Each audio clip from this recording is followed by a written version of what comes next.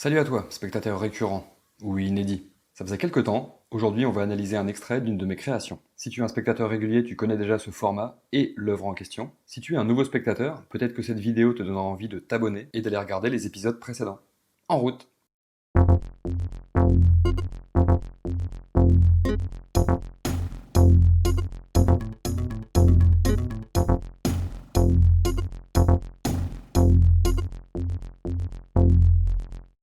L'épisode va se dérouler ainsi. D'abord, je vais vous lire l'extrait, en l'occurrence une bonne moitié de chapitre, puis on va l'analyser, point par point, et enfin, on en retirera quelques remarques plus générales.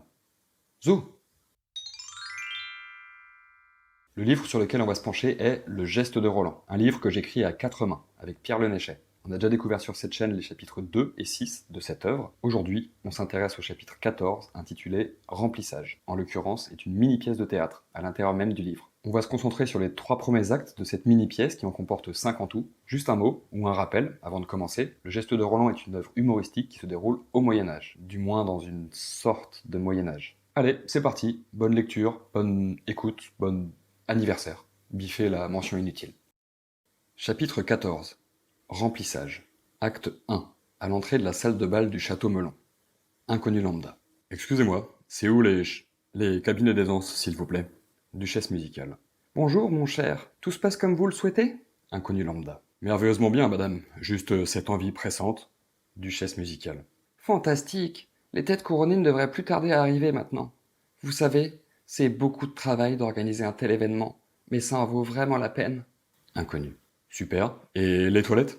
Duchesse. Alors ici, c'est l'entrée de la salle. Le bar se trouve à votre droite. Vous pourrez y déguster un large assortiment de breuvages festifs, ainsi qu'une farandole de douceurs salées et sucrées. Devant vous, l'estrade où Merlin et ses ménestrels se produisent. Et au centre, la piste de danse. Et la meuf. Monsieur? Monsieur? Acte 2. Aux chiottes. Inconnu. Ah, putain. Denis Portion. Ça soulage, hein? L'inconnu acquiesce. Denis. Tu me fais trop délirer, mec. Toi aussi t'es venu pour la princesse? Je sais pas ce qu'elle fout, elle est toujours pas là. Au pire, je vais me rabattre sur la serveuse de la taverne. Elle t'intéresse aussi, on dirait. Inconnu. Non. Denis. Hilar. T'es dément. On est pareil, toi et moi. Viens, je te paye un coup, mon pote. Acte 3. Sur la piste de danse. Merlin le chanteur. Cela a fourni ce soir, vous êtes mon public préféré. On continue avec notre dernier single, symphonie en ut majeur pour les nuls. Faites du bruit. Denis, hurlant à l'oreille de son meilleur ami. Tiens, voilà ton verre, ma poule. Moi, je finis la bouteille et j'attaque la bonasse. Inconnu. Tu laisses tomber la princesse alors? Denis, manquant de s'étouffer. Arrête tes conneries. Elle aussi est à moi. Elles sont toutes à moi de toute façon. Observe et apprends. Le marquis Portion termine sa bouteille cul sec, la jette par-dessus son épaule, remet sa perruque en place et pénètre sur les dance floors. Denis, se frottant à Inès. Salut poupée, tu pèses? Inextricable, le projetant au sol et le contraignant à une posture de soumission. Non merci. Marcel Sarepart déboule comme une balle et distribue à tous les invités des flyers pour la suite de la soirée dans sa taverne. Puis il se dirige vers Inès et l'emmène avec lui, entraînant dans leur sillage un paquet d'intéressés. Merlin le chanteur. Bon, la fête est finie, on se casse. Le public s'en fout. Les invités filent à l'anglaise par petits groupes discrets. Voilà pour la lecture. Passons maintenant à l'analyse. On va mener cette analyse acte par acte, dans l'ordre, et on va s'arrêter sur 25 points. Tout le monde est bien attaché? Go! D'abord, un point sur la forme du chapitre, qui est écrit comme une vraie pièce de théâtre, avec des actes, des dialogues, des didascalies, à savoir les indications, en italique. La première de cette didascalie, à l'entrée de la salle de bal du château Melon, annonce la couleur. Attardons-nous un instant sur les jeux de mots, des personnages et des lieux. Le château Melon, l'inconnu lambda, la duchesse musicale, et encore d'autres par la suite. On est dans une œuvre humoristique, qui joue avec les codes. Déjà on ouvre avec un inconnu, un figurant, qui va en fait se révéler être le personnage principal du chapitre, ce qui est peu commun. En plus, le type cherche juste les toilettes. Autant dire qu'on n'est pas sur des enjeux très importants. Comment bien couper, bien biper un mot? C'est où les ch? Inutile d'en écrire plus. CH, ça suffit. On comprend très bien ce qu'il souhaite dire. Et si on a un doute, on a derrière l'indication juste cette envie pressante. Et puis, les cabinets d'aisance, c'est quand même un terme génialement marketing. C'est brillant. Notons le gag des personnages qui discutent sans s'écouter. Merveilleusement bien, fantastique, super. Et donc le gag de la fille qui parle d'absolument tout, sauf des toilettes, qui fait des phrases excessivement longues, alors que le gars est visiblement sur le point de se pisser dessus. Ensuite, sans en avoir l'air, on en apprend un petit peu plus sur la personnalité de la duchesse, juste avec ses répliques. C'est quelqu'un d'inquiet, de stressé, d'investi, une noble, mais qui est aussi capable de faire simple hôtesse d'accueil. On peut deviner qu'elle a activement participé à l'organisation de la soirée, du bal, même si ce n'est pas dit explicitement dans le texte. On retrouve des termes anciens, moyenâgeux, en tout cas qui mettent dans cette ambiance. On parle de salle du bal, de château, de duchesse, de breuvage, de ménestrel, et évidemment, le texte est truffé d'anachronismes. C'est rigolo. On a les chiottes, les têtes couronnées, comme si on était dans un mariage royal présenté par Stéphane Bern. On a les petits fours qui viennent a priori de chez Picard. On a le bar, la piste de danse, la meuf. Et puis, un petit détail. Monsieur, monsieur, en 2 mots et 4 signes de ponctuation, comprend que l'inconnu est parti, que la duchesse ne s'en est pas rendue compte, tellement elle était absorbée dans ses explications, des explications qu'elle doit d'ailleurs sortir à tout le monde machinalement, et donc qu'elle cherche l'inconnu. Et on devine que le type est parti à la recherche des toilettes, sans plus attendre. L'acte 2, à présent, qui est très court, qui joue avec les codes des pièces de théâtre, au dialogue interminable, et puis ça se passe aux toilettes. Probablement que jamais acte ou scène de pièce de théâtre ne s'est déroulé aux toilettes. On comprend le soulagement de l'inconnu, rien qu'à sa réplique. Une belle onomatopée. Ah, putain. Même si on l'explicite derrière, ça soulage, hein. On comprend ce qu'est en train de faire le gars, et on peut imaginer son air ravi et soulagé. Dans cet acte, on fait la rencontre de Denis Portion, qui, en 2 répliques à peine, donne pas mal d'informations sur qui il est. Il est déjà bourré, et il se comporte comme s'il était en boîte de nos jours. Il est là pour picoler et choper n'importe qui. Il est centré sur lui, il écoute à peine l'autre, et comme tout mec bourré, il se fait des potes très vite en soirée. Je te paye un coup, mon pote, c'est subtil, c'est idiot, vu qu'on est en soirée open bar. Et remarquez, si vous l'avez pas déjà fait, il s'exprime assez mal, assez grossièrement, de manière très moderne. Putain, déliré, je sais pas, fou, me rabattre sur la serveuse, dément. Dans le 3e acte, le plus long, revenons un petit peu sur les jeux de mots des personnages. Merlin le chanteur, Inès tricable, Marcel ça repart. Ouais, j'aime bien ça, j'espère que vous aussi. On peut encore noter des anachronismes en pagaille, le public, le single, pour les nuls, ma poule, la bonasse, le dance floor, Inès et son art martial qui a pas l'air franchement d'époque, et les flyers. Un petit point sur Merlin le chanteur qui se comporte comme un mauvais DJ en boîte de nuit. C'est la folie, faites du bruit. Alors que dans le même temps, on a des éléments pour comprendre que l'ambiance est moisie, que la soirée est ratée, même si Merlin se donne un mal de chien et fait beaucoup de bruit. Et d'ailleurs, à la fin, les gens se cassent, fuient, sans attendre les annonces. On continue avec Denis, bourré, exagérément sûr de lui, observe et apprend, il descend des bouteilles entières, le type est en confiance totale. Vive l'alcool. La didascalie sur la préparation de Denis est à mon sens excellente. Il y a un mélange d'ancien, il remet sa perruque en place, de moderne, picole, il va sur le dance floor, ce qui crée un résultat déconcertant. Et entre nous, ça fait quand même bien plaisir qu'il se prenne une gifle, non? Notons au passage la phrase d'accroche du Marquis Portion, sûrement la plus mauvaise de l'histoire. Salut poupée, on baise. Je vous le déconseille les gars.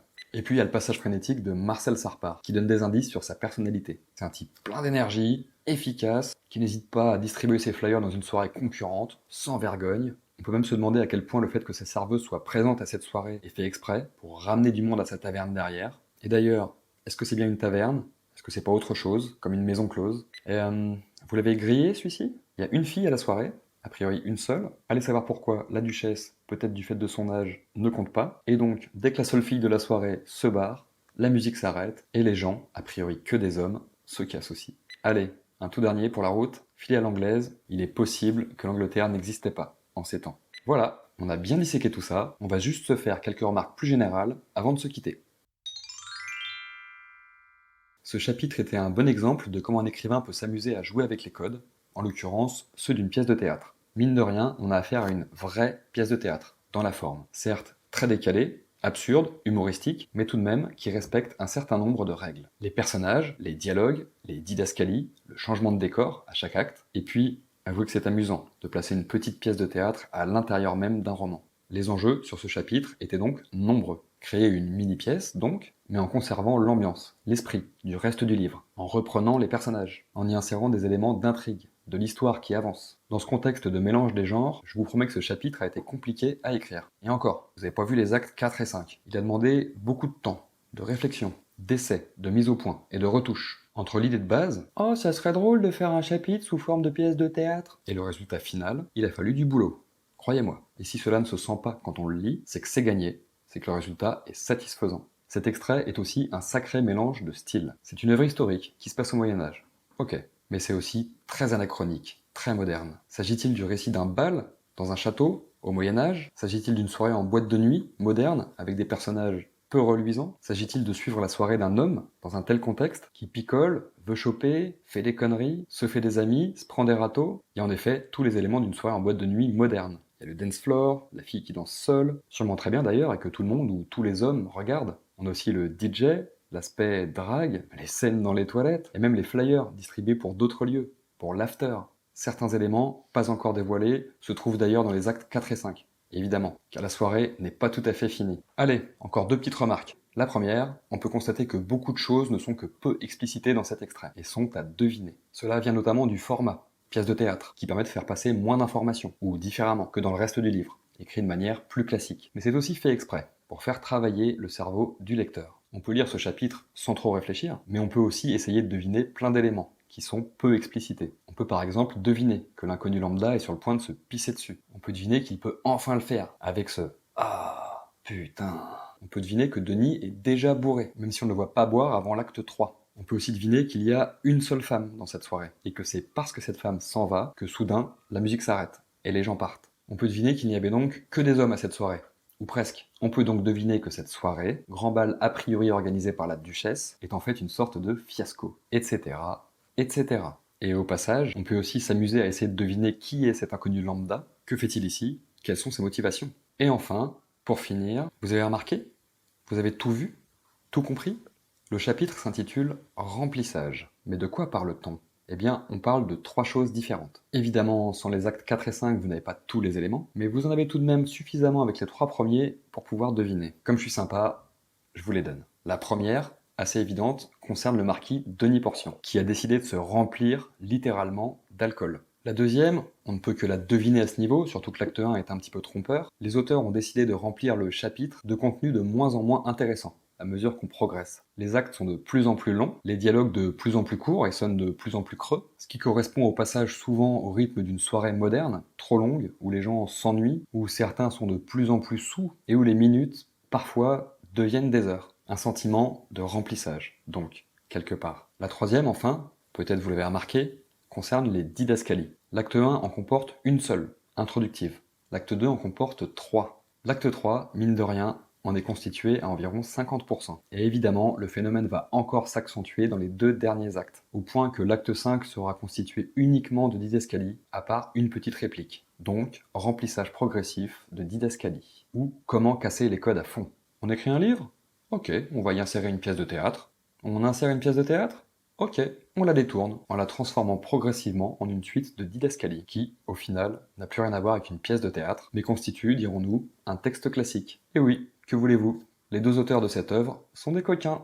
Allez, on pourra encore en parler pendant des heures, mais pour ma part, je m'arrête là. Vous avez aimé? Vous avez repéré des fautes? Vous avez des idées pour améliorer le tout? Vous voulez en parler entre vous? Vous voulez juste m'encourager, me donner des conseils ou me poser des questions? Avec plaisir. Les commentaires en dessous de la vidéo servent à ça. J'espère que ça vous a plu. À bientôt pour de nouvelles aventures. Portez-vous bien. Bisous.